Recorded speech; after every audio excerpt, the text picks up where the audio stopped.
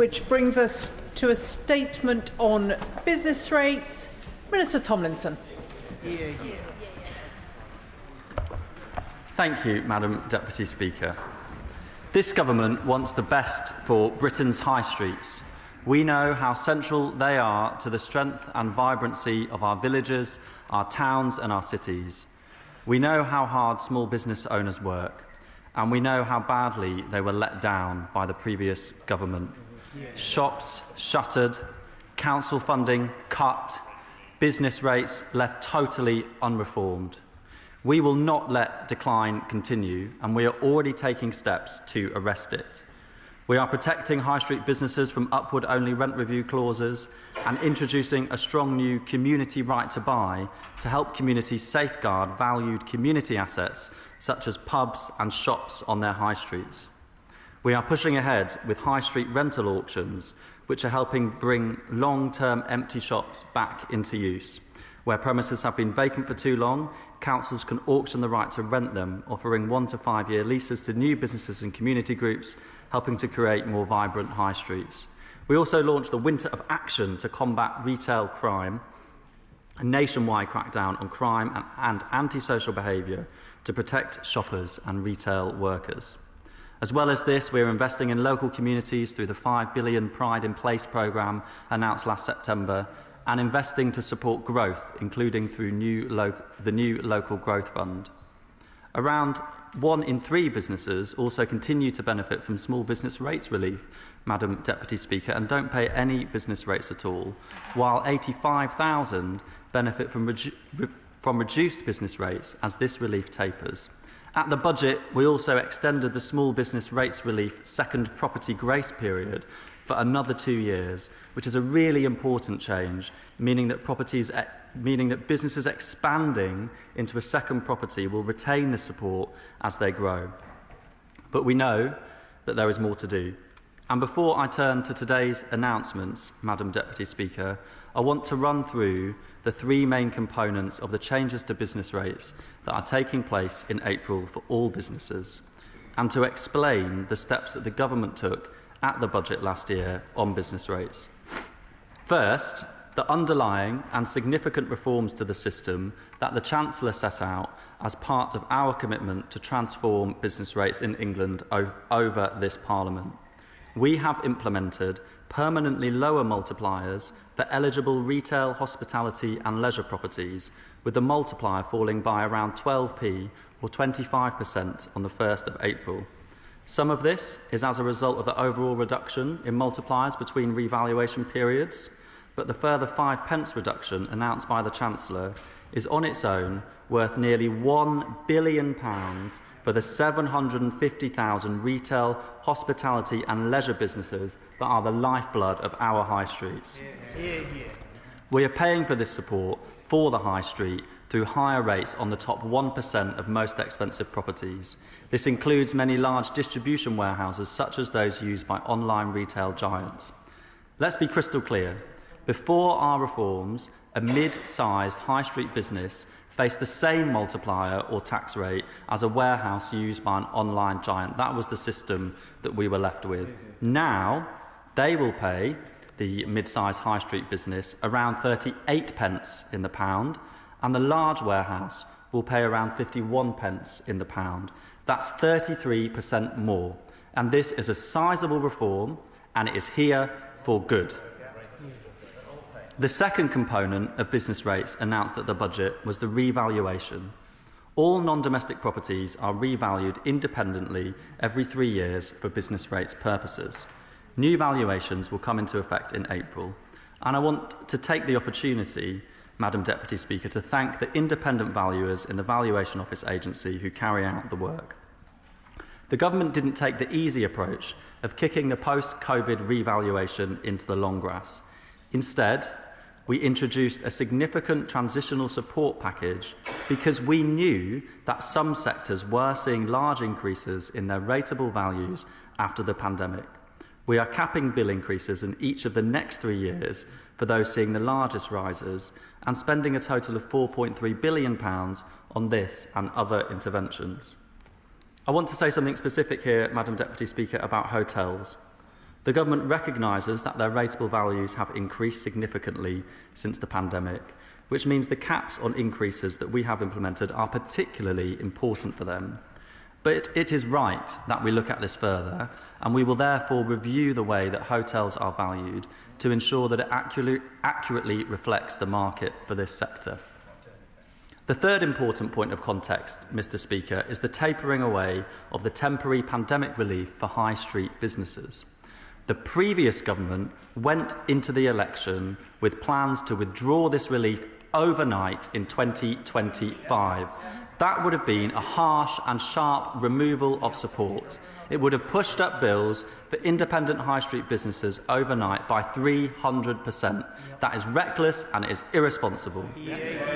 Instead, we have taken a different approach. We extended the retail, hospitality and leisure relief this year at 40%, and we are unwinding it over the coming years. The jumping off point for any business currently receiving a 40% discount is their current bill, not their bill without relief. The budget decisions then led to the following outcomes. First, over half of ratepayers will see their bills either flat or falling next year. That's over half. Second, for properties that do see their bills increase from the 1st of April, most will see their increases capped at 15% or less, or £800 for the smallest. Third, bills will adjust to new valuations, but our caps mean that this will happen gradually, and high street businesses will benefit from permanently reduced multipliers for the long term. This is a fair and a reasonable approach, and as set out with the budget, in total we are spending over £4 billion in the next 3 years to limit the scale of bill increases for those who are either losing reliefs or seeing their rateable values increase.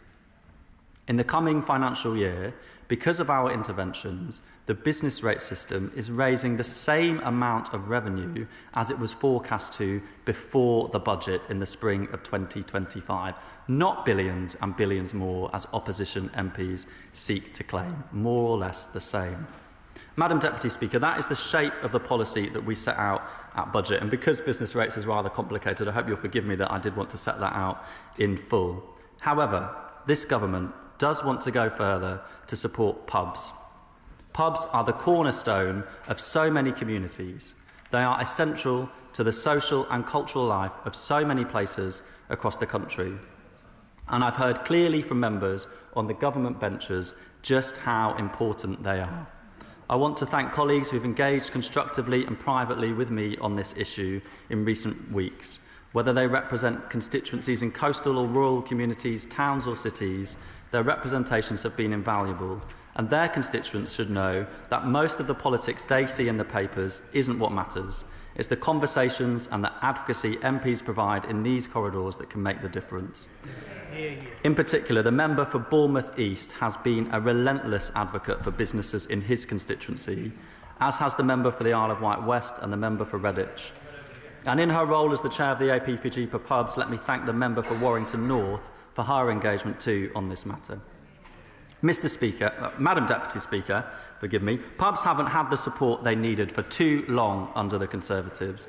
Members opposite claim to care about pubs, but where were they when the number of pubs fell by 7,000 between 2010 and 2024? They were in government. They let the number of pubs in our communities fall by a fifth. The Conservatives also allowed the revaluation to go ahead with a business rates methodology for pubs that no longer has the support of the sector. Before the budget, every pub sector body was broadly signed up to the methodology used for valuing pubs and had lent its support to the principles set out in the Valuation Officer's Guide. But since the budget, these same sector bodies have withdrawn their support. The government acknowledges their concerns and will therefore be carrying out a review of the pub valuation methodology, which will report in time to be implemented at the next revaluation.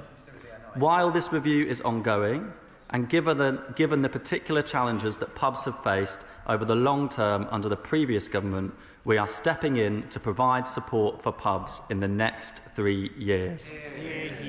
Today, I can confirm that from April, every pub in England will get 15% off its new business rates bill on top of the support announced at budget. Pubs' bills will then be frozen in real terms for a further 2 years.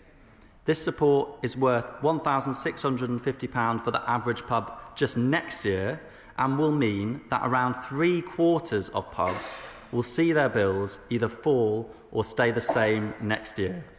Then bills will be frozen in real terms for the next 2 years. This decision will mean... Order. I'm going to very gently say to the Minister, it was always open to him to ask for extra time, and we can't find any record of him having done so. He's got 10 minutes already, and there seem to be 3 more pages. So I am going to allow the opposition spokespersons more time as well, because this is an important statement, and I think he wants to finish, but it's very unfair to exceed the time by what I reckon will be 50%. Minister.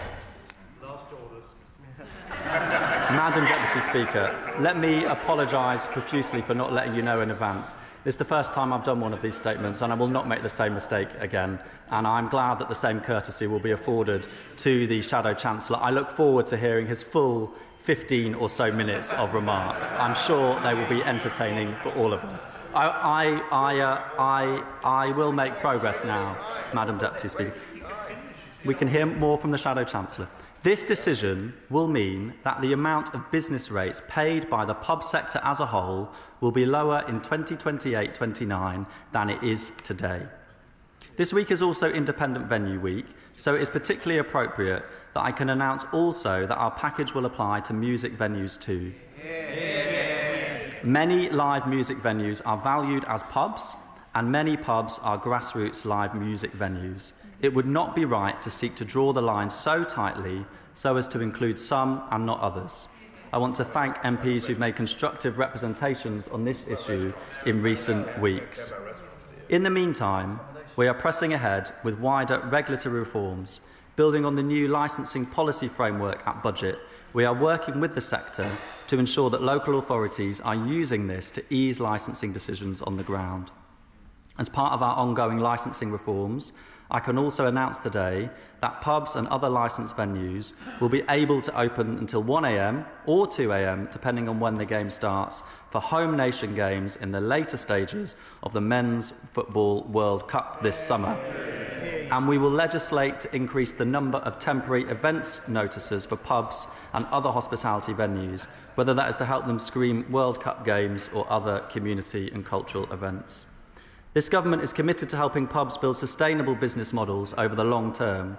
In the spring, the government will consult on further loosening planning rules to benefit pubs, helping them add new guest rooms or expand their main room without planning applications. We will also continue to engage with the sector to ensure other retail, leisure and hospitality premises have sufficient planning flexibility. This is not acceptable. I'm going to be quite honest, the front bench have got to respond. When it's meant to be 10 minutes, it's 10 minutes. If people tell me in advance, I'm willing to work with them. But you just can't carry on. I take it you're now coming to the end and the back page, not the middle pages. Minister. No, I want you to end it. Quickly. May I send my apologies, Mr. Speaker, for not letting you know in advance that the statement would be running over 10 minutes. Can I just say gently, are you not advised that it's 10 minutes? The departments, we have people within departments that's meant to advise ministers how long they've got. How on earth have we got to a speech that doesn't, it could be 20 minutes. It's unfair to members here, there's other business. Please, this House should be shown the respect it deserves. And unfortunately, we're not getting it. I'm here to protect members, not for ministers to take advantage. Minister. Mr. Speaker, I will wrap up very quickly and I want to apologise again. Mr. Speaker, this government also understands that things are not easy out there. Today's announcement is about additional support for pubs, but we do understand it's a tough time for other businesses on the high street. We've already taken significant steps to acknowledge this and support businesses, including £4.3 billion of business rate support at the budget. But over the last decade, consumers have changed their habits, increasingly working from home and shopping online, and these trends continue to make it harder for high street businesses. So today, I'm announcing that later in the year, the government will bring forward a high street strategy to reinvigorate our communities. We will work with businesses and representative bodies to bring this strategy together. It will be a cross-government strategy, and we will be looking at what more government can do to support our high streets. Mr. Speaker, to conclude, this government has already started the work of reforming our business rate system, and any potential changes to business rates will be considered at the budget in the usual way. We, and this side, have the right economic plan for Britain and will back our high streets and our pubs every step of the way. Shall Chancellor of the Exchequer Milstride? Thank you, Mr. Speaker. I think the mood of the House is that 10 minutes is more than enough for the honourable gentleman, although I should